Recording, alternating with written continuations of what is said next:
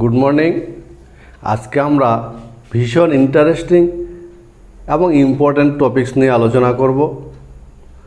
ফাজান সূত্র, সমযোজী বন্ধন এবং আলোচনার শেষে আমরা বেশ কিছু প্রশ্নের উত্তর দিতে পারবো।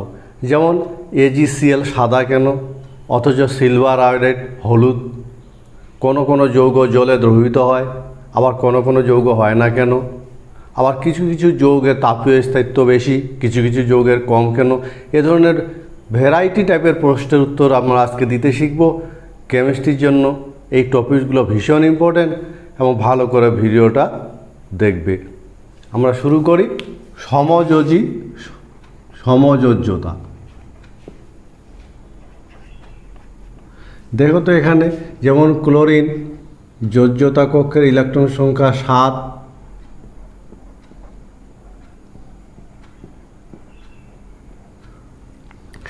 নিকটতম নিষ্ক্রিয় গ্যাসের মতন ইলেকট্রন বিন্যাস লাভ করার চেষ্টা করে। আমরা দেখেছি নিকটতম নিষ্ক্রিয় গ্যাসের ইলেকট্রন বিন্যাস লাভ করার উদ্দেশ্যে এরা দুটো ইলেকট্রন কিন্তু কী করবে, ইলেকট্রন জোড় তৈরি করবে।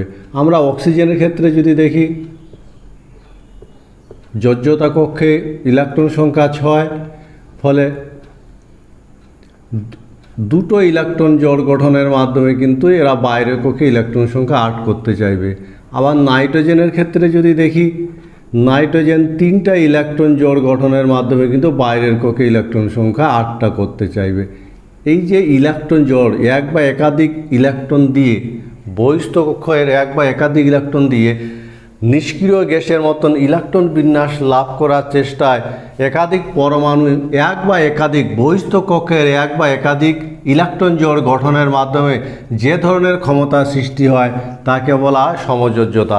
বোঝা গেছে নিশ্চয়ই যে এক বা দুই বা ততোধিক পরমাণু সর্ববহিস্থের ইলেকট্রন দ্বারা এক বা একাধিক ইলেকট্রন জোড় গঠনের মাধ্যমে নিষ্ক্রিয় গ্যাস কাঠামো লাভ করার চেষ্টা করে। এর ফলে যে ধরনের ক্ষমতার সৃষ্টি হয় তাকে বলা হয় সমযোজ্যতা এবং উৎপন্ন বন্ধনগুলোকে বলা হয় সমযোজী বন্ধন। সমযোজী বন্ধন। আর এর ফলে উৎপন্ন অণুগুলোকে বলা হয় সমযোজী অণু। ঠিক আছে, তাহলে নিকটতম নিষ্ক্রিয় গ্যাসের মতন ইলেকট্রন বিন্যাস লাভের চেষ্টায় দুই বা ততোধিক পরমাণু বাইরের কক্ষের ইলেকট্রন দ্বারা এক বা একাধিক ইলেকট্রন জোড় গঠনের মাধ্যমে যে ধরনের ক্ষমতার অর্জন করে সেটাকে বলা হয় তাদের সমযোজ্যতা। এর ফলে উৎপন্ন অণুগুলোকে বলা হয় সমযোজী অণু। আর এই সমযোজী অণু দুরকম হয়। একই রকম পরমাণু দিয়ে সমযোজী অণু তৈরি হতে পারে, আবার ভিন্ন রকম পরমাণু দিয়েও সমযোজী অণু তৈরি হতে পারে। ফলে সমযোজী অণুকে আমরা সমযোজী মৌলিক অণু আর সমযোজী যৌগের অণু বলে থাকি। সমযোজী মৌলের অণু মনে রাখবে, সমযোজী মৌলের অণু যেমন ক্লোরিন, অক্সিজেন ইত্যাদি। আর সমযোজী যৌগের অণু, বুঝতে পেরেছ? যৌগের অণু উদাহরণ বলতে পারবে সমযোজী যৌগের অণু যেখানে আলাদা আলাদা পরমাণু দিয়ে তৈরি হবে, যেমন CO2। আমরা সমযোজী বন্ধনকে 3টা ভাগে ভাগ করি। সমযোজী বন্ধন দেখতে পাচ্ছ এখানে সমযোজী এক বন্ধন, সমযোজী দ্বিবন্ধন, সমযোজী ত্রিবন্ধন। ফলে সমযোজী বন্ধন 3 রকম হয়। সমযোজী এক বন্ধন, দুটো ইলেকট্রন দিয়ে যদি একটা ইলেকট্রন জোড় গঠন করে। সমযোজী দ্বিবন্ধন দেখতে পাচ্ছ অক্সিজেনের মধ্যে আছে, এবং সমযোজী ত্রিবন্ধন। সমযোজী ত্রিবন্ধন যেমন নাইট্রোজেনের। সুতরাং সমযোজী বন্ধনকে আমরা 3টা ভাগে ভাগ করি: সমযোজী এক বন্ধন, সমযোজী দ্বিবন্ধন, সমযোজী ত্রিবন্ধন। আমরা এবার দেখব যে ইলেকট্রন লুইস ডট গঠন।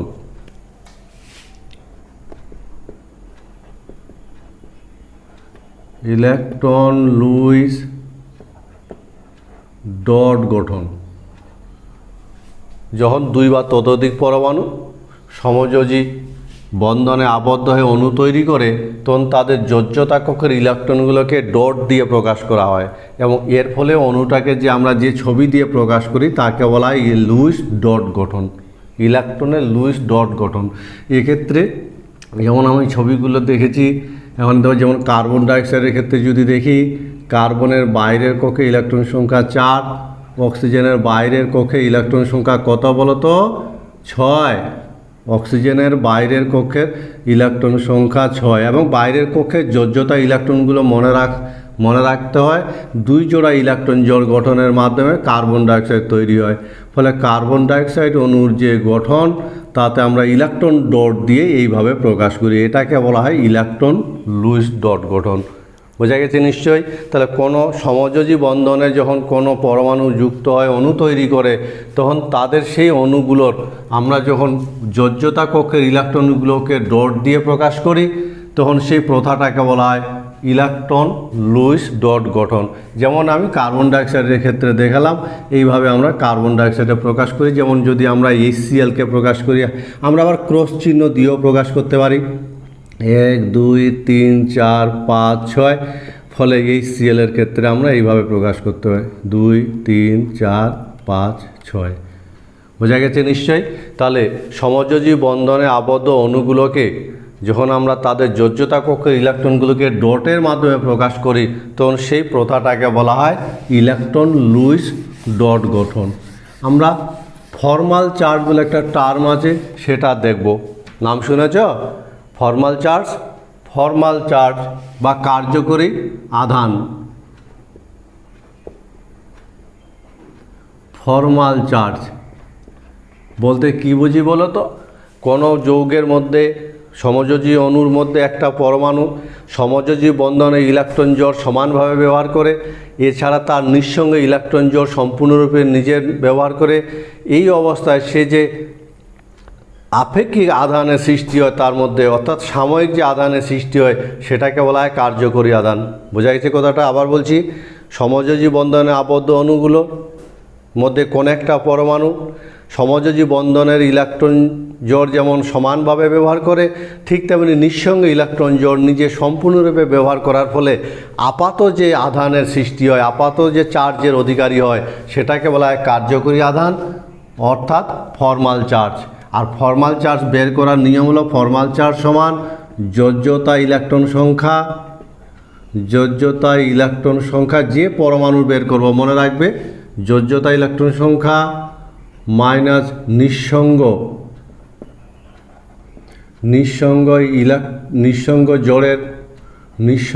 জোড়ের মোট ইলেকট্রন সংখ্যা মাইনাস হাফ ইন্টু বন্ধন জোড়ের মোট ইলেকট্রন সংখ্যা। এইভাবে আমরা কোনো একটা যৌগের মধ্যে কোনো পরমাণুর ফর্মাল চার্জ অর্থাৎ কার্যকরী আধান বের করতে পারি। যেমন দেখাচ্ছি, দেখো দেখি। যেমন মনে করো কার্বনেট, এই যে কার্বনেট আয়ন আছে, এখানে আমরা কার্বন আর অক্সিজেনের ফর্মাল চার্জ বের করব। তো কার্বনেট আয়নের এই হলো এর গঠন।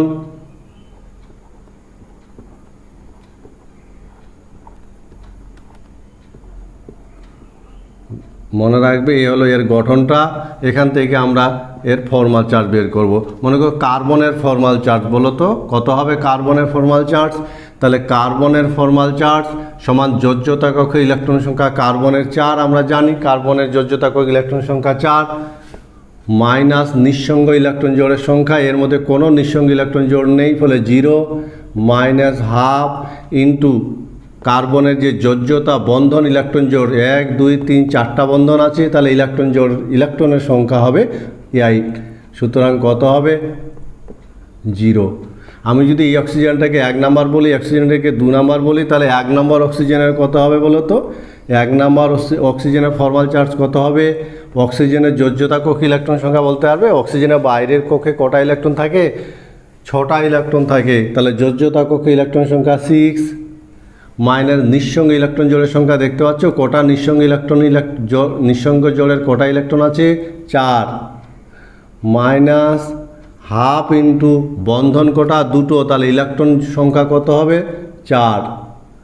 কত হবে? 2 সমান 0। আমি যদি এটা বের করি 2 নম্বর অক্সিজেনের বলো তো, 2 নম্বর অক্সিজেনের কত হবে? যোজ্যতা ইলেকট্রন 6, মাইনাস নিঃসঙ্গ ইলেকট্রন দেখতে পাচ্ছ 6, মাইনাস হাফ ইন্টু বন্ধন, একটা বন্ধন আছে, ইলেকট্রন সংখ্যা হবে 2, সুতরাং হবে -1। এইভাবে আমরা ফর্মাল চার্জ বের করতে পারি। ফলে মনে রাখবে, ফর্মাল চার্জ বলতে আমরা বুঝি কোনো একটা সমযোজী অণুর মধ্যে একটা পরমাণু তার সমযোজী বন্ধনে ইলেকট্রন সমানভাবে ব্যবহার করা হয় এবং নিঃসঙ্গে ইলেকট্রন যখন নিজের মধ্যে সম্পূর্ণরূপে ব্যবহার করার ফলে আপাত যে চার্জের অধিকারী হয় সেটাকে বলা হয় ফর্মাল চার্জ। যেটা বের করার নিয়ম হলো ওই পরমাণুটার যোজ্যতা কক্ষের ইলেকট্রন মাইনাস নিঃসঙ্গ ইলেকট্রনগুলো যে আছে সেই মোট নিঃসঙ্গ জোড়ের ইলেকট্রন সংখ্যা মাইনাস হাফ ইন্টু বন্ধন জোড়ের মোট ইলেকট্রন সংখ্যা। যেমন এখানে আমরা দেখলাম কার্বনের ফর্মাল চার্জ 0, এই দ্বিবন্ধনের অক্সিজেনের ফর্মাল চার্জ 0, এক বন্ধনের অক্সিজেনের ফর্মাল চার্জ -1। আর ফর্মাল চার্জের গুরুত্ব হলো কোনো একটা অণুর ফর্মাল চার্জ, পরমাণুর ফর্মাল চার্জ যত কম হবে অণুটার স্থিতিশীলতা তত বেশি হবে। বের করতে পারবে তো? তাহলে বলো দেখি যে নাইট্রোজেন যদি হয়, নাইট্রোজেন বলো তো, এই নাইট্রোজেন যে আছে, এই নাইট্রোজেন 1 নম্বর নাইট্রোজেন 1 নং এর ফর্মাল চার্জ কত হবে? ফর্মাল চার্জ কত? এটা বের করে কমেন্ট বক্সে পাঠাবে যে এই অণুটার মধ্যে মাঝের নাইট্রোজেনটা ফর্মাল চার্জ কত। বোঝা গেছে নিশ্চয়ই। আমরা চলে যাব সমযোজী যে অণু, সমযোজী বন্ধন গঠনের শর্ত। সমযোজী বন্ধন গঠনের শর্ত। কোন শর্তে 2 বা ততোধিক পরমাণু সহজে সমযোজী বন্ধন তৈরি করবে? সমযোজী বন্ধনের মনে রাখবে 1 নাম্বার যোজক ইলেকট্রন, যোজ্যতা ইলেকট্রন। যোজ্যতা ইলেকট্রন সংখ্যা বেশি হবে। যদি যোজ্যতা ইলেকট্রন সংখ্যা বেশি হয় তাহলে সেক্ষেত্রে কিন্তু সমযোজী বন্ধন তৈরি হওয়ার সম্ভাবনা থাকবে। যোজ্যতা ইলেকট্রনের সংখ্যা 5, 6, 7, 4 এরকম হবে। বোঝা গেছে? তাহলে 2 বা ততোধিক পরমাণু তখনই সমযোজী বন্ধন তৈরি করতে চাইবে যখন তাদের বাইরের কক্ষে ইলেকট্রন সংখ্যা বেশি হবে। পরমাণুর কী হবে? তড়িৎ ঋণাত্মকতা উচ্চ হবে। তড়িৎ ঋণাত্মকতা উচ্চ হবে। তড়িৎ ঋণাত্মকতা যত বেশি হবে তত বেশি সমযোজী বন্ধন তৈরি করতে চাইবে। বোঝা গেছে নিশ্চয়ই? তীব্র তড়িৎ ঋণাত্মক মৌলগুলো যখন পরস্পরের সঙ্গে যুক্ত হয় তখন তারা সমযোজী বন্ধন তৈরি করতে চায়। আয়নায়ন বিভব,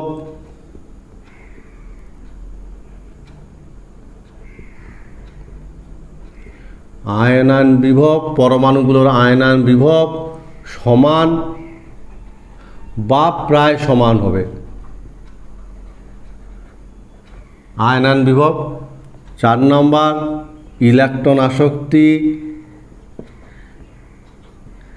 পরমাণুগুলোর ইলেকট্রন আসক্তির মান সমান বা প্রায় সমান হবে। 5 নম্বর এদের চার্জ খুব বেশি হবে। চার্জ বেশি হবে আর আকার ছোট হবে। এই শর্তে কিন্তু বিভিন্ন মৌল সমযোজী বন্ধন তৈরি করে।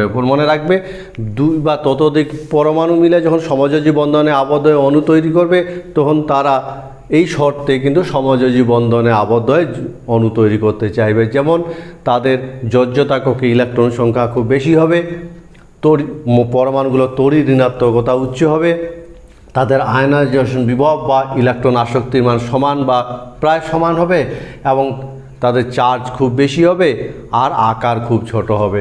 আমরা রাসায়নিক বন্ধনের সমযোজী বন্ধনে আবদ্ধ যৌগগুলোর অর্থাৎ সমযোজী অণুগুলোর আমরা বৈশিষ্ট্য যদি লক্ষ্য করি, বলো তো সমযোজী বন্ধনে আবদ্ধ অণুগুলোর বৈশিষ্ট্য কীরকম হবে? তা আমরা বলবো সমযোজী যৌগের বৈশিষ্ট্য দেখব। সমযোজী যৌগের বৈশিষ্ট্য। 1 নম্বর ভৌত অবস্থা। বলতে পারবে সমযোজী যে যৌগগুলো বা সমযোজী অণুগুলো এদের ভৌত অবস্থা কীরকম হয়, কীরকম হওয়া উচিত, লজিক্যালি কী মনে হচ্ছে?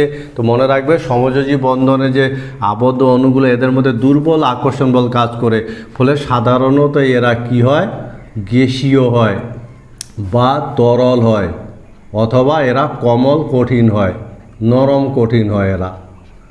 কেন? কারণ অণুগুলোর মধ্যে দুর্বল আকর্ষণ বল কাজ করে। এদের 2 নম্বর বৈশিষ্ট্য গলনাঙ্ক স্ফুটনাঙ্ক। গলনাঙ্ক স্ফুটনাঙ্ক কীরকম হবে মনে হচ্ছে বলো তো? গলনাঙ্ক স্ফুটনাঙ্ক বলতে পারবে তো? বলো তো, গলনাঙ্ক সমযোজী যৌগগুলোর আমরা আয়নীয় যৌগে পড়েছি, গলনাঙ্ক স্ফুটনাঙ্ক উচ্চ মানের হয়, কারণ বিপরীত আয়নগুলো পরস্পরকে আকর্ষণ করে। সমযোজী যে পদার্থগুলো আছে এদের গলনাঙ্ক স্ফুটনাঙ্ক কী হয়? কম হয়। গলনাঙ্ক স্ফুটনাঙ্ক কম। কেন কম হয়? কারণ অণুগুলোর মধ্যে যে আকর্ষণ বল, সেই আকর্ষণ বলের মান খুব কম হয়, ফলে এদেরকে বিচ্ছিন্ন করার জন্য খুব কম তাপশক্তি দরকার হয়। এরা তড়িতের পরিবাহী কি হবে কি না? তড়িৎ পরিবাহিতা সমযোজী যৌগগুলোর বা সমযোজী অণুগুলোর তড়িৎ পরিবাহী। এরা কিন্তু কঠিন বা গলিত অবস্থায় এরা গলিত অবস্থায় তড়িৎ পরিবহন করে না। এরা কোনো অবস্থাতে কিন্তু তড়িৎ পরিবহন করে না। তবে ব্যতিক্রম আছে, বলতে পারবে একটা ব্যতিক্রম, যে সমযোজী যৌগ হলেও তড়িৎ পরিবহন করে। যেমন HCl সমযোজী যৌগ, কিন্তু একে যখন জলে দ্রবীভূত করা হয় তখন এই জলের সঙ্গে বিক্রিয়া করে আয়ন তৈরি করে। তার জন্য HCl সমযোজী যৌগ হলেও কিন্তু এটা এর জলীয় দ্রবণ তড়িতের পরিবাহী। বোঝা গেছে নিশ্চয়ই? মনে রাখবে তড়িৎ পরিবাহিতার পর সমযোজী যৌগগুলো যে আছে, সমযোজী যৌগগুলোর এদের কিন্তু বন্ধনের নির্দিষ্ট অভিমুখ থাকে। বন্ধনের নির্দিষ্ট অভিমুখ থাকে। কেন নির্দিষ্ট অভিমুখ থাকে বলো তো? কারণ সমযোজী বন্ধন যখন তৈরি হয়, যেমন মনে করো হাইড্রোজেনের সাথে যখন ক্লোরিনে যুক্ত, তখন হাইড্রোজেনের S অরবিটালের সাথে ক্লোরিনের P অরবিটালের ওভারল্যাপিংয়ের ফলে HCl তৈরি হয়। ফলে যেহেতু পারমাণবিক অরবিটালের ওভারল্যাপিংয়ের ফলে সমযোজী বন্ধন তৈরি হয়, ফলে এই ধরনের অভিলাপন একটা নির্দিষ্ট অভিমুখে ঘটে। সে কারণে বলা হয় যে সমযোজী বন্ধনের একটা নির্দিষ্ট অভিমুখ থাকে। সমযোজী বন্ধনে যে বিক্রিয়ার গতি খুব স্লো হয়। মনে রাখবে সমযোজী বন্ধনে আবদ্ধ যে অণুগুলো যখন রাসায়নিক বিক্রিয়া করে তখন বিক্রিয়ার গতি কম হয়। সুতরাং মনে রাখবে সমযোজী যৌগের যে বৈশিষ্ট্য, সমযোজী যৌগে আবদ্ধ অণুগুলোর সাধারণত নরম, তরল বা এরা গ্যাসীয় হয়। এরা কঠিন বা তরল অবস্থায় তড়িৎ পরিবহন করতে পারে না এবং এদের রাসায়নিক বিক্রিয়া হার খুব কম হয়। এই ধরনের বন্ধনে একটা নির্দিষ্ট অভিমুখ থাকে। সেই সঙ্গে আরেকটা ধর্ম মনে রাখবে, এরা কিন্তু অধ্রুবীয় দ্রাবকে দ্রবীভূত হয়। দ্রাব্যতা অর্থাৎ সমযোজী যৌগের দ্রাব্যতার কথা যদি বলা হয়, বলো তো সমযোজী যৌগগুলো কি জলে দ্রবীভূত হবে? জল হলো ধ্রুবীয় দ্রাবক। তো মনে রাখবে সমযোজী যৌগগুলো অধ্রুবীয় দ্রাবকে দ্রবীভূত হয়। অধ্রুবীয় দ্রাবকে দ্রবীভূত হয়, ঠিক আছে? আর ধ্রুবীয় দ্রাবকে দ্রবীভূত হয় না। মনে রাখবে ধ্রুবীয় দ্রাবকে দ্রবীভূত হয় না। কিন্তু এর ব্যতিক্রম আছে, সমযোজী যৌগ হলেও দ্রবীভূত হয়। যেমন গ্লুকোজ, চিনি, এরা কি করে? এরা কিন্তু জলে দ্রাব্য। কারণ এদের জলে দ্রাব্যতার কারণ হলো এরা জলের সাথে বিপুল পরিমাণে বেশি পরিমাণে হাইড্রোজেন বন্ধন গঠন করতে পারে। হাইড্রোজেন বন্ধন গঠনের মাধ্যমে কিন্তু এই চিনি, গ্লুকোজ এরা জলে দ্রবীভূত হয়। যেমন HCl সমযোজী হলেও জলে দ্রবীভূত হয়, কারণ এ জলের সঙ্গে বিক্রিয়া করে। ফলে যারা এই ধরনের জলের সঙ্গে বেশি পরিমাণে হাইড্রোজেন বন্ধন তৈরি করতে পারে বা যারা জলের সঙ্গে বিক্রিয়া করতে পারে, তারা কিন্তু জলে দ্রবীভূত হয়। পরিবর্তনশীল সমযোজ্যতা। পরিবর্তনশীল সমযোজ্যতা আমাদের যে বিভিন্ন মৌলগুলো আছে পর্যায় সারণী, যেমন সমযোজী বন্ধনে অণু তৈরি করে, কিন্তু এরা অনেক সময় কী করে পরিবর্তনশীল যোজ্যতা দেখায়। যেমন হাইড্রোজেন, নাইট্রোজেন, মনে রাখবে হাইড্রোজেন, নাইট্রোজেন, অক্সিজেন, ফ্লোরিন, এদের যে যোজ্যতা কক্ষের যে বিজোড় ইলেকট্রন, সেই বিজোড় ইলেকট্রন সংখ্যাটাই হয় এদের যোজ্যতা। মনে থাকবে বিজোড় ইলেকট্রন সংখ্যাটাই হয় এই সমস্ত মৌলের যোজ্যতা। যেমন নাইট্রোজেনের বিজোড় ইলেকট্রন সংখ্যা 1s2, 2s2, 2p3, ফলে যোজ্যতা কক্ষের এর পি অরবিটালে 3টা বিজোড় ইলেকট্রন আছে, ফলে নাইট্রোজেনের যোজ্যতা হয় কত বলো তো? যোজ্যতা হয় 3। আমরা যদি অক্সিজেনের দেখি 1s2, 2s2, 2p2, যোজ্যতা কক্ষের এর পি অরবিটালে 2টো বিজোড় ইলেকট্রন আছে, ফলে অক্সিজেনের যোজ্যতা 2। বোঝা গেছে কথাটা?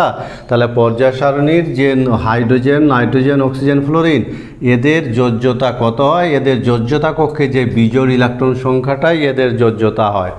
আবার যদি আমরা বেরিলিয়াম, বোরন, কার্বনের, বেরিলিয়াম, বোরন, কার্বন, এদের যোজ্যতা কত বলো তো? এদের যোজ্যতা কত হবে? তো মনে রাখবে এদের যে যোজ্যতা কক্ষের বিজোড় ইলেকট্রন সংখ্যা, এদের যোজ্যতা হয় না। এরা কি করে? যখন বিক্রিয়াকালে উত্তেজিত অবস্থায় বিজোড় ইলেকট্রন সংখ্যা হয়, বিজোড় ইলেকট্রন সংখ্যা, বুঝতে পেরেছ? এটাই হয় ওদের যোজ্যতা। এরা যখন রাসায়নিক বিক্রিয়া করে তখন এদের এস থেকে পিতে ইলেকট্রনের শিফটিং হয়, তার ফলে বিজোড় ইলেকট্রন সংখ্যার বৃদ্ধি ঘটে। সেই অবস্থায় এদের বিজোড় ইলেকট্রন সংখ্যাটা হয় এদের যোজ্যতা। যেমন কার্বনের ক্ষেত্রে যদি বলি 1s2, 2s2, 2p2, এই হলো কার্বনের ইলেকট্রন বিন্যাস, যেখানে এসে 2টো ইলেকট্রন আছে, তাই তো? পিতে 2টা ইলেকট্রন আছে, কিন্তু কার্বন যেই মুহূর্তে বিক্রিয়া করবে তার 2s থেকে একটা ইলেকট্রন 2pতে চলে যাবে, ফলে বলো তো বিজোড় ইলেকট্রন সংখ্যা কত হবে? বিজোড় ইলেকট্রন সংখ্যা হবে 4, ফলে কার্বনের যোজ্যতা হবে 4। ফলে এরা এই যে 4টা হলো, ফলে যোজ্যতা হবে 4। বোঝা গেছে নিশ্চয়ই? তাহলে এই মৌলগুলো যখন রাসায়নিক বিক্রিয়া করে, সেই রাসায়নিক বিক্রিয়ার সময় এদের ইলেকট্রনের স্থানান্তরণ ঘটে, এবং এই অবস্থাটাকে বলা হয় তাদের উত্তেজিত অবস্থা। উত্তেজিত অবস্থায় এদের বিজোড় ইলেকট্রন সংখ্যাটাই হলো এদের যোজ্যতা। কিন্তু পর্যায় সারণী যে তৃতীয়, চতুর্থ, পঞ্চম পর্যায়ে যে মৌলগুলো আছে, বোঝা গেছে কথাটা? থার্ড, ফোর্থ, ফিফথ, এই পর্যায়ে মৌলগুলোর ফাঁকা ডি অরবিটাল থাকে, ফাঁকা ডি অরবিটাল। আর এই ফাঁকা ডি অরবিটাল থাকায় তার আগের এস বা পি অরবিটাল থেকে ডি অরবিটালে ইলেকট্রনের স্থানান্তরণ ঘটে।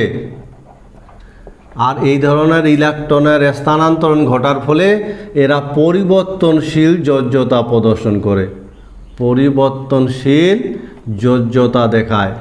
বোঝা গেছে? পরিবর্তনশীল যোজ্যতা দেখায়। ফলে গ্রুপ তৃতীয়, চতুর্থ, পঞ্চম পর্যায়ে মৌলগুলোর ফাঁকা ডি অরবিটাল থাকে। এরা রাসায়নিক বিক্রিয়াকালে সেই এস বা পি অরবিটাল ইলেকট্রন ডি অরবিটালে স্থানান্তরণ ঘটাতে পারে। এর ফলে এরা একাধিক পরিবর্তনশীল জারণ স্তর দেখাতে পারে। যেমন আমরা ফসফরাস যদি দেখি, ফসফরাস তৈরি করে PCl3, ফসফরাস তৈরি করে PCl5। ফসফরাসের ইলেকট্রন বিন্যাস 1s2, 2s2, 2p6, 3s2, 3p3, ঠিক আছে? আর ফসফরাসের 3d ফাঁকা পড়ে আছে। এই অবস্থায় যোজ্যতা ইলেকট্রনের কথা যদি বিবেচনা করি, এখানে 2টো আছে, পিতে 3টা ইলেকট্রন আছে, আর ডি অরবিটাল ফাঁকা পড়ে আছে, ঠিক আছে? যখন ফসফরাস PCl3 তৈরি করে, তখন তার এই অরবিটালগুলোর ইলেকট্রনগুলো পি অরবিটালে 3টা ইলেকট্রন বিক্রিয়া অংশগ্রহণ করে। এই 3টা ইলেকট্রন বিক্রিয়া অংশগ্রহণ করে, আর ঠিক আছে, এই 3টার সাথে 3টা Cl যুক্ত হয় এবং PCl3 তৈরি হয়। বোঝা গেছে নিশ্চয়ই? কিন্তু যখন সে PCl5 তৈরি করে, PCl5, ফসফরাস যখন PCl5 তৈরি করে, তখন এই যে 3s এর ইলেকট্রন ডিতে স্থানান্তরণ হয়, তার ফলে বিজোড় ইলেকট্রন সংখ্যা কিন্তু 5টা হয়। বোঝা গেছে? এইভাবে বিজোড় ইলেকট্রন সংখ্যা 5টা হওয়ার ফলে সে তখন যোজ্যতা 5 দেখায়। এই দেখতে পাচ্ছ বিজোড় ইলেকট্রন সংখ্যা 5টি, ফলে যোজ্যতা কত হয়? PCl5 ফসফরাসের যোজ্যতা হয় 5, ফলে এই PCl3 যোজ্যতা হলো 3 আর PCl5 যোজ্যতা হলো 5, ফলে এরকম ডি অরবিটাল ফাঁকা থাকার ফলে ফসফরাস একাধিক যোজ্যতা প্রদর্শন করলো। ফলে এইভাবে তৃতীয়, চতুর্থ, পঞ্চম পর্যায়ে যে মৌলগুলো আছে তাদের ফাঁকা ডি অরবিটাল থাকার ফলে এরা কিন্তু পরিবর্তনশীল সমযোজ্যতা প্রদর্শন করে। বোঝা গেছে? তাহলে বলো দেখি, যখন PCl5 তৈরি হয়, PCl5 যৌগে ফসফরাস এর বিজোড় ইলেকট্রন সংখ্যা কত? বিজোড় ইলেকট্রন সংখ্যা কত?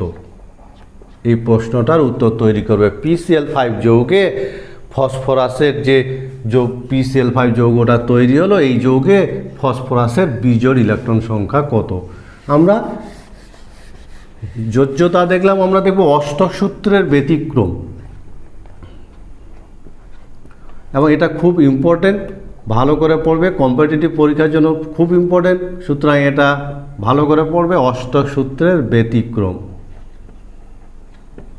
বেশিরভাগ যৌগের ক্ষেত্রে ইলেকট্রন জোড় গঠনের মাধ্যমে বাইরের কক্ষে 8টা হলেও বেশ কিছু ক্ষেত্রে কিন্তু আমরা অষ্টসূত্রের ব্যতিক্রম লক্ষ্য করি, এবং এই অষ্টসূত্রের ব্যতিক্রমটাকে আমরা দুটো ভাগে ভাবি। যেমন অষ্টক অপূর্ণ, অর্থাৎ বাইরের কক্ষে ইলেকট্রন সংখ্যা 8-এর কম, বা অষ্টক প্রসারণ, যে ক্ষেত্রে বাইরের কক্ষে ইলেকট্রন সংখ্যা 8-এর বেশি হয়। ফলে অষ্টসূত্রের ব্যতিক্রম দুরকম হতে পারে, অষ্টক অপূর্ণ থাকতে পারে বা অষ্টক সম্প্রসারণ হতে পারে। যেমন BF3 যৌগে এটা বরণ কেন্দ্রীয় পরমাণু বরণের অষ্টক অসম্পূর্ণ থাকে, অষ্টক অপূর্ণ।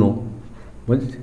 বরণের যোজ্যতা ইলেকট্রন সংখ্যা 3, আর এর সাথে ফ্লোরিন বাইরের কক্ষে ইলেকট্রন সংখ্যা 1 2 3 4 5 6 7, 1 2 3 4 5 6 7, 1 2 3 4 5 6 7। এইভাবে বরণ যে সমযোজী বন্ধন তৈরি করে, তাতে বরণের বাইরের কক্ষে ইলেকট্রন সংখ্যা কিন্তু 6। ফলে এক্ষেত্রে BF3 যৌগে বরণের কেন্দ্রীয় পরমাণু বরণের অষ্টক অপূর্ণ আছে, অষ্টক পূর্ণ হয়নি। বোঝা গেছে নিশ্চয়ই? এরকম আরও যৌগ আছে, যেমন BeCl2, এই সমস্ত যৌগে কিন্তু এদের অষ্টক পূর্ণ হয় না, এদের ক্ষেত্রে অষ্টক সূত্রের ব্যতিক্রম ঘটে। আমরা যদি PCl5 দেখি, তাহলে ফসফরাসের বাইরের কক্ষের ইলেকট্রন সংখ্যা কটা বলো তো? 5, আর Cl এর বাইরের কক্ষের ইলেকট্রন সংখ্যা 7, 5 6 7, তাই তো? Cl এর বাইরের কক্ষে ইলেকট্রন সংখ্যা 7, 1 2 3 4 5 6 7।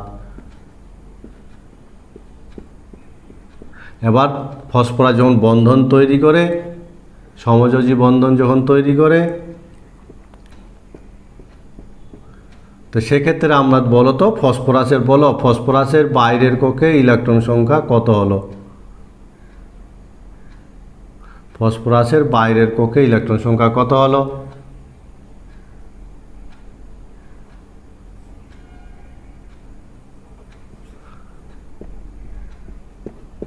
ফসফরাসের বাইরের কক্ষে ইলেকট্রন সংখ্যা কত হলো বলো তো? 10টি। ফলে এক্ষেত্রে কিন্তু অষ্টক সম্প্রসারণ ঘটেছে। সুতরাং বেশ কিছু যৌগ আছে যাদের ক্ষেত্রে অষ্টকের সম্প্রসারণ ঘটে, আবার বেশ কিছু যৌগ আছে যাদের ক্ষেত্রে অষ্টক অপূর্ণ থাকে। PCl5 যৌগে কিন্তু ক্লোরিনের অষ্টক পূর্ণ আছে, কিন্তু এই যৌগে কেন্দ্রীয় পরমাণু ফসফরাসের বাইরের কক্ষে ইলেকট্রন সংখ্যা কিন্তু 10টা হয়ে গেছে। ফলে এক্ষেত্রে অষ্টকের সম্প্রসারণ ঘটেছে। এটা খুব ইম্পর্টেন্ট। ফলে আমরা সহজেই যাতে বলতে পারি যে কার অষ্টক ব্যতিক্রম ঘটেছে বা কাদের ক্ষেত্রে অষ্টক সম্প্রসারণ ঘটেছে। আমরা এ সংক্রান্ত আমি একটি কোশ্চিন দিচ্ছি, সে কোশ্চিনটাতে উত্তর কিন্তু তৈরি করবে যে কার ক্ষেত্রে অষ্টক অপূর্ণ আছে। যেমন NH3 PH3, তারপরে BH3 আর ASH3, বলতে পারবে এদের মধ্যে কোনটিতে কোনটিতে অষ্টক অপূর্ণ আছে? অষ্টক অপূর্ণ আছে।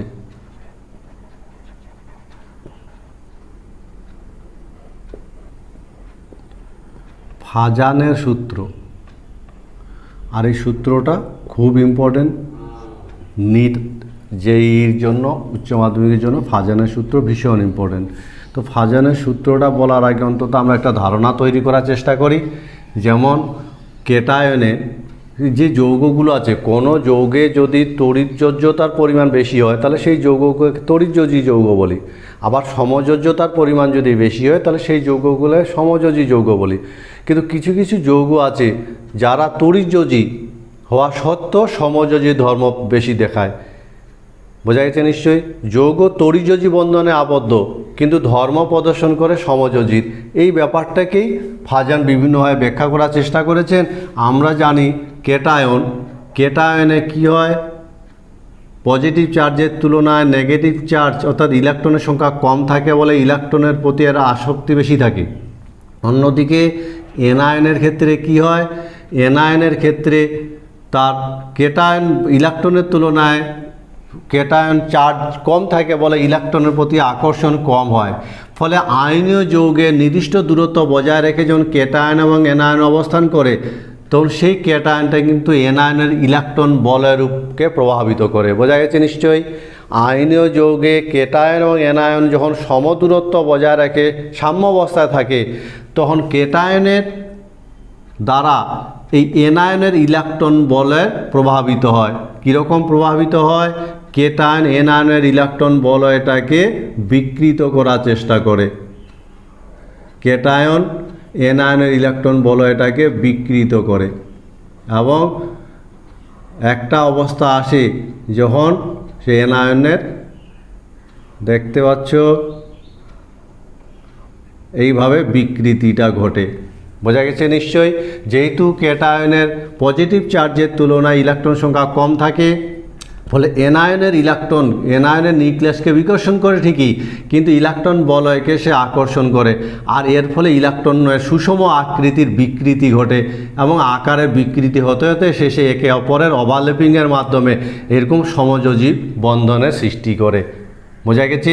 কেটায়ন দ্বারা এনায়নের ইলেকট্রন বলের যে বিকৃতির ঘটনাটাকে বলা হয় ধ্রুবায়ন। মনে থাকবে, কোনো কেটায়ন দ্বারা এনায়নের ইলেকট্রন বলের যে বিকৃতিটা ঘটাচ্ছে তাকে বলা হয় ধ্রুবায়ন, পলারাইজেশন। আর এইভাবে ইলেকট্রন বলয়কে ধ্রুবায়িত করার কেটায়নের এই ক্ষমতাটাকে বলা হয় ধ্রুবায়ন ক্ষমতা। ধ্রুবায়ন ক্ষমতা। আর এর ফলে যে নেগেটিভ বলয়টা, নেগেটিভ আয়নের যে ইলেকট্রন বলয়ের যে বিকৃতি হওয়ার ধর্মটাকে বলা হয় তার ধ্রুবীয়তা। বোঝা গেছে কথাটা? তাহলে কেটায়ন দ্বারা এনায়নের ইলেকট্রন বলে বিকৃতি হওয়ার ঘটনাটাকে বলা হয় ধ্রুবায়ন, আর কেটায়নের এই ক্ষমতাটাকে বলা হয় পলারাইজিং পাওয়ার বা ধ্রুবায়ন ক্ষমতা, আর এনায়নের এইভাবে বিকৃতি হওয়ার ধর্মটাকে বলা হয় ধ্রুবীয়তা। কোন একটা অণুর মধ্যে ধ্রুবীয়তার পরিমাণ কতটা হবে তার জন্য আমরা যে রাশিটা ব্যবহার করি তাকে বলা হয় আয়নীয় বিভব। মনে থাকবে কথাটা? আয়নীয় বিভব। আয়নীয় বিভব ফাই। তো ধ্রুবীয়তার পরিমাণটা কতটা সেটা আমরা এই রাশিটা দিয়ে ভাবি। প্যারামিটারটা হলো আয়নীয় বিভব ফাই, এবং আয়নীয় বিভব ফাই এর মান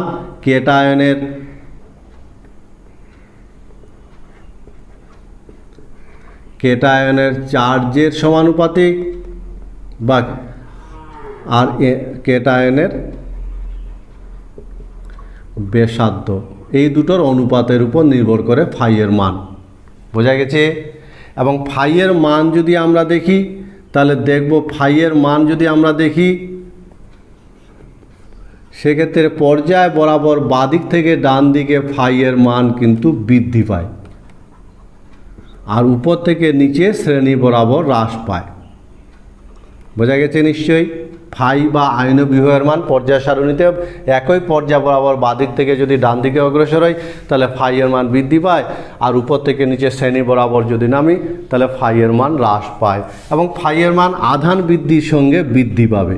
ফাইয়ের মান আধান বৃদ্ধি যত পাবে আধান বৃদ্ধির সঙ্গে ফাই বৃদ্ধি পায়। যেমন Fe+2 অপেক্ষা কী হবে, Fe+3 এর ফাইয়ের মান বেশি হবে। বোঝা গেছে? আমরা এবার এই ফাজানের সূত্রটা পড়ব। আরেকবার বলছি যে কোনো একটা যৌগে তড়িৎযোজ্যতার পরিমাণ বেশি থাকলে সেই যৌগটাকে আমরা তড়িৎযোজী যৌগ বলি, আর যদি সমযোজ্যতার পরিমাণ বেশি থাকে তাহলে তাকে বলা হয় সমযোজী। কিন্তু তড়িৎযোজী যৌগে অনেক সময় সমযোজী ধর্মের বিকাশ বা প্রকাশ ঘটে। কেন?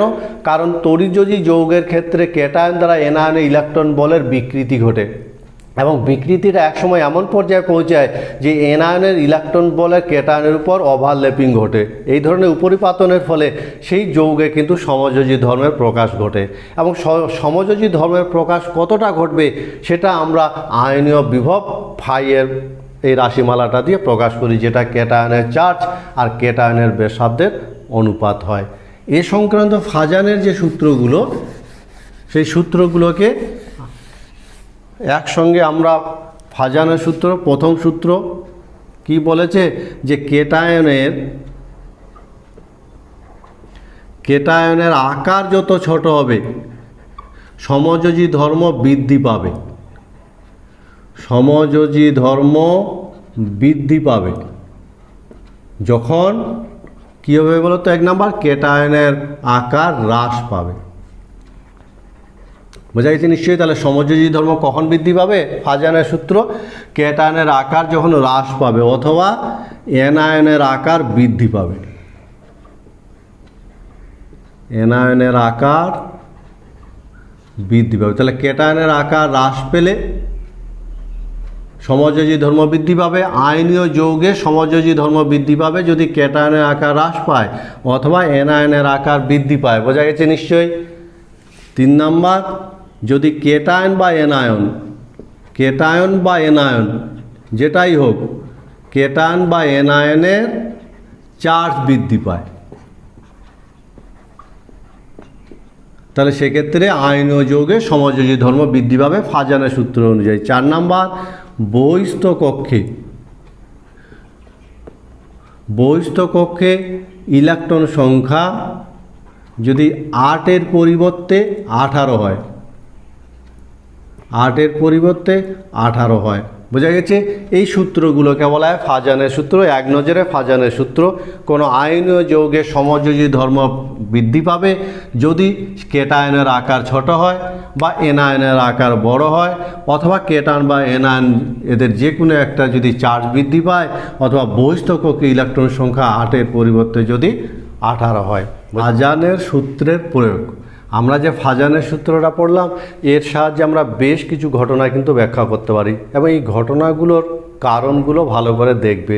যেমন ফাজানের সূত্রে আমরা যে আমাদের যে হ্যালাইডগুলো আছে, silver chloride, silver iodide, silver bromide, বলো তো এদের জলের দ্রাব্যতা মনে থাকবে? এদের জলের দ্রাব্যতার সিরিজটা হলো এরকম। কিভাবে ব্যাখ্যা করব? কেন এদের জলের দ্রাব্যতা এর সব থেকে বেশি, এর সব থেকে কম? তো আমরা যদি এদের ক্ষেত্রে আয়নগুলোর পজিটিভ আয়ন তো ধ্রুবক, নেগেটিভ আয়নের যদি সাইজের কথা ভাবি, তাহলে এর সাইজ সব থেকে ছোটো, এর সাইজ তার থেকে বড়, ব্রোমাইডের সাইজ আরও বড়, এবং আয়োডাইডের সাইজ কিন্তু আরও বড়। ফলে এই দিক থেকে এই দিকে, অর্থাৎ ফ্লোরিন থেকে আয়োডিনে যত অগ্রসর হই এনায়নের আকার তত বৃদ্ধি পায়। আর ফাজানের 2 নাম্বার সূত্রে পড়েছি, আকার যদি বৃদ্ধি পায় তাহলে সেক্ষেত্রে সমযোজী ধর্ম কী হবে? সমযোজী ধর্ম বৃদ্ধি পাবে। আর সমযোজী ধর্ম যদি বৃদ্ধি পায় তো তোমরা নিশ্চয়ই জানো যে সমযোজী যৌগগুলো জলের দ্রাব্যতা হ্রাস পায়, ফলে সমযোজী ধর্ম বৃদ্ধি পেলে জলের দ্রাব্যতা হ্রাস পাবে, সুতরাং আমরা হ্যালোজেন যে সিলভারের যে হ্যালাইডগুলো আছে সেই হ্যালাইডগুলো সিলভার ফ্লোরাইড থেকে সিলভার আয়োডাইড দ্রাব্যতা কিন্তু হ্রাস পাবে। কেন? যেহেতু এনায়নের আকার বৃদ্ধি পায়, ফলে এনায়নের আকার যত বৃদ্ধি পাবে যৌগগুলোতে সমযোজী ধর্ম তত বৃদ্ধি পাবে, আর সমযোজী ধর্ম যত বৃদ্ধি পাবে জলের দ্রাব্যতা তত হ্রাস পাবে। আমরা যদি বলতো এটা কি হবে, তাহলে এর মধ্যে যদি মনে করো পটাশিয়াম আয়োডাইড, এই পটাশিয়াম আয়োডাইড এর মধ্যে ইথানল আছে, এর মধ্যে পটাশিয়াম আয়োডাইড যুক্ত করছি। বোঝা গেছে কথাটা? আমরা ইথানলের মধ্যে যদি পটাশিয়াম আয়োডাইড বা পটাশিয়াম ক্লোরাইড যুক্ত করি, পটাশিয়াম ক্লোরাইড, তাহলে কার দ্রাব্যতা বেশি হবে বলতে পারবে? এর মধ্যে আছে ইথানল, এর মধ্যে পটাশিয়াম আয়োডাইডের দ্রাব্যতা বেশি হবে না পটাশিয়াম ক্লোরাইডের দ্রাব্যতা বেশি হবে? এখানে আমরা বিচার করব আয়োডাইড আয়ন দিয়ে। আয়োডাইড আয়নের আকার বড় আর ক্লোরাইড আয়নের আকার ছোট, ফলে নেগেটিভ আয়নের আকার যত বড় হবে সমযোজী ধর্ম তত বেশি হবে। আর সমযোজী ধর্ম যত বেশি হবে এটা হলো অধ্রুবীয় দ্রাবক। অধ্রুবীয় দ্রাবক, অধ্রুবীয় দ্রাবকে সমযোজী যৌগগুলোর দ্রাব্যতা বেশি হয়। বোঝা গেছে কথাটা? দ্রাব্যতা বেশি হয়। ধ্রুবীয় দ্রাবকে আয়নীয় যৌগের দ্রাব্যতা বেশি, আর অধ্রুবীয় দ্রাবকে সমযোজী যৌগের দ্রাব্যতা বেশি হয়। তাহলে সমযোজী যৌগের দ্রাব্যতা যদি বেশি হয় তাহলে এই যৌগটার সমযোজী ধর্ম KCl এর তুলনায় বেশি, ফলে ইথানলে পটাশিয়াম আয়োডাইডের দ্রাব্যতা KCl এর তুলনায় কিন্তু বেশি হবে। কাজেই কোনো একটা পদার্থের দ্রাব্যতা আমরা ফাজানের সূত্রের সাহায্যে সহজে নির্ণয় করতে পারি। বলতে পারবে যে KCl ও KI এর মধ্যে কোনটির ইথানলে দ্রাব্যতা বেশি? ইথানলে দ্রাব্যতা বেশি, উত্তরটা পাঠাবে। বোঝা গেছে কথাটা? KCl এবং KI এই দুটোর মধ্যে কোনটার ইথানলে দ্রাব্যতা বেশি? আমরা ফাজানের সূত্রের সাহায্যে আবার তাপীয় স্থায়িত্ব ব্যাখ্যা করতে পারি। যেমন দেখো, beryllium carbonate, magnesium carbonate, calcium carbonate, এদের যদি বলা হয় তাপীয় স্থায়িত্ব ট্রেন্ডটা কীরকম হবে, কার তাপীয় স্থায়িত্ব বেশি হবে কার কম হবে, আমরা জানবো যে সমযোজী ধর্ম যত বেশি হবে, মনে থাকবে কথাটা, সমযোজী ধর্ম যত বৃদ্ধি পাবে, মনে থাকবে কথাটা, সমযোজী ধর্ম যত বৃদ্ধি পাবে তাপীয় স্থায়িত্ব তত হ্রাস পাবে। তাপীয় স্থায়িত্ব হ্রাস পাবে, এই কথাটা মাথায় রাখবে। যে বিভিন্ন যৌগের মধ্যে সমযোজী আয়নীয় যৌগ যত আয়নীয় ধর্ম যত বৃদ্ধি পায় তাদের গলনাঙ্ক স্ফুটনাঙ্ক তথা তাপীয় স্থায়িত্ব তত বৃদ্ধি পায়। কিন্তু কোনো যৌগের সমযোজী ধর্ম যত বিকাশ ঘটবে তাদের গলনাঙ্ক স্ফুটনাঙ্ক তথা তাপীয় স্থায়িত্ব তত হ্রাস পায়। এই কথাটাকে সামনে রেখে যদি আমরা এদেরকে বিবেচনা করি তাহলে বলো তো এনায়নটা ধ্রুবক, ফলে কেটায়ন দিয়ে বিচার করব। এবং কেটায়নের ক্ষেত্রে আমরা যদি এদের সাইজগুলো দেখি, বেরিলিয়ামের তুলনায় ম্যাগনেসিয়ামের সাইজ ছোট না বড় বলো তো? পর্যায় সারণীতে উপর থেকে নিচে নামলে একই শ্রেণী বরাবর আকার বৃদ্ধি পায়, ফলে উপর থেকে নিচে নামলে এই আয়নগুলো আকার বৃদ্ধি পাবে।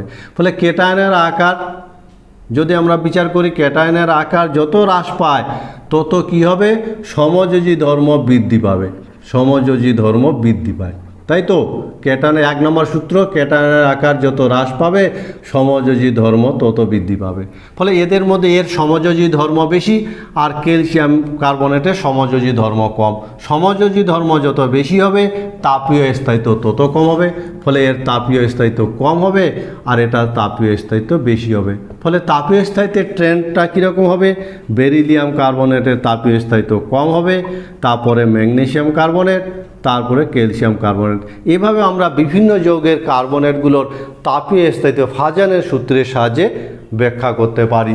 আমরা যদি ফাজানের সূত্রের পরের অ্যাপ্লিকেশন দেখি, আমরা বিভিন্ন যৌগের বর্ণ ব্যাখ্যা করতে পারি। বলতে হবে কেউ কেন AgI হলুদ বর্ণের আর AgCl সাদা? বোঝা গেছে কথাটা? এটা সাদা বর্ণের আর এটা হলুদ বর্ণের। আমরা এই যে বর্ণটাও কিন্তু ফাজানের সূত্রের সাহায্যে ব্যাখ্যা করতে পারি। বোঝা গেছে নিশ্চয়ই? এই যে সিলভার ক্লোরাইড আয়নে সিলভার আয়ন আর এখানে আছে ক্লোরাইড আয়ন, এই সাময়িকভাবে মনে রাখবে এদের ক্লোরাইড আয়নের আকার বেশ বড়, সাময়িকভাবে কি হয়? ইলেকট্রনের স্থানান্তরণ ঘটে, ইলেকট্রন স্থানান্তরণ, মনে থাকবে কথাটা? তাহলে নেগেটিভ আয়ন থেকে পজিটিভ আয়নে সাময়িক ইলেকট্রনের স্থানান্তরণ ঘটে। আর এই ধরনের ইলেকট্রন স্থানান্তরের ফলে তারা কিন্তু শক্তি শোষণ করে, এক্ষেত্রে শক্তি কিন্তু বেশি পরিমাণের শক্তি দরকার হয়, আর তার জন্য বেশি পরিমাণের শক্তি, আবার বলছি যে AgCl এর ক্ষেত্রে ক্লোরাইড আয়ন থেকে সাময়িকভাবে ইলেকট্রনের স্থানান্তরণ ঘটে, তার জন্য শক্তির শোষণ ঘটে, এবং এটা অতি বেগুনি রশ্মি থেকে শক্তিটা শোষণ করে। মনে থাকবে, অতি বেগুনি রশ্মি থেকে, এবং অতি বেগুনি রশ্মি থেকে শক্তিটা শোষণ করার ফলে সেটা দৃশ্যমানের বাইরে চলে যায় এবং সাদা হয়। অন্যদিকে আমরা যদি সিলভার আয়োডাইডের ক্ষেত্রে দেখি, তাহলে সেক্ষেত্রে আয়োডাইডের আকার আরও বড়।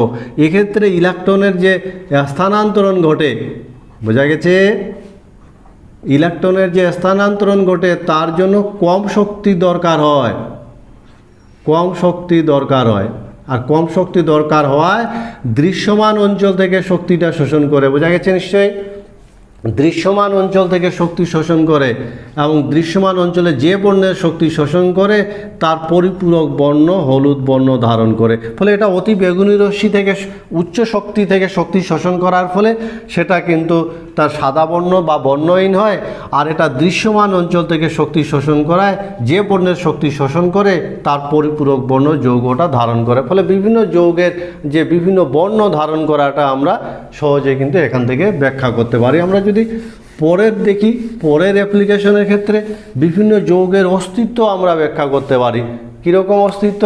যেমন PbI4 এই যৌগটার অস্তিত্ব নেই, অথচ PbI2 এর অস্তিত্ব আছে। কিভাবে ব্যাখ্যা করা যাবে বলো তো? এখানে দেখতে পাচ্ছ Pb4 এ Pb+4 চার্জ খুব বেশি, আর আয়োডাইড আয়নের আকার খুব বড়, এতটাই বড় যে Pb+4 দুটো I- কী করে, PbI4 দুটো I- I2-তে জারিত করে, আর নিজে Pb+2-তে বিজারিত হয়, এবং এইখান থেকে তখন PbI2 গঠন করে। ফলে এই যৌগটার অস্তিত্ব আছে, কিন্তু এই যৌগটার অস্তিত্ব নেই। মনে থাকবে কথাটা? একই রকম Fe(I3) এর অস্তিত্ব নেই, কিন্তু Fe(I2) এর অস্তিত্ব আছে। ফলে কোনো যৌগের অস্তিত্ব থাকা না থাকাও কিন্তু আমরা ব্যাখ্যা করতে পারি। মনে থাকবে কথাটা? তাহলে ফাজানের সূত্র অনুযায়ী যদি আমরা বলি, বলো তো যে Fe(I3) ও Fe(I2) এদের মধ্যে কোনটির অস্তিত্ব আছে, কোনটির নেই?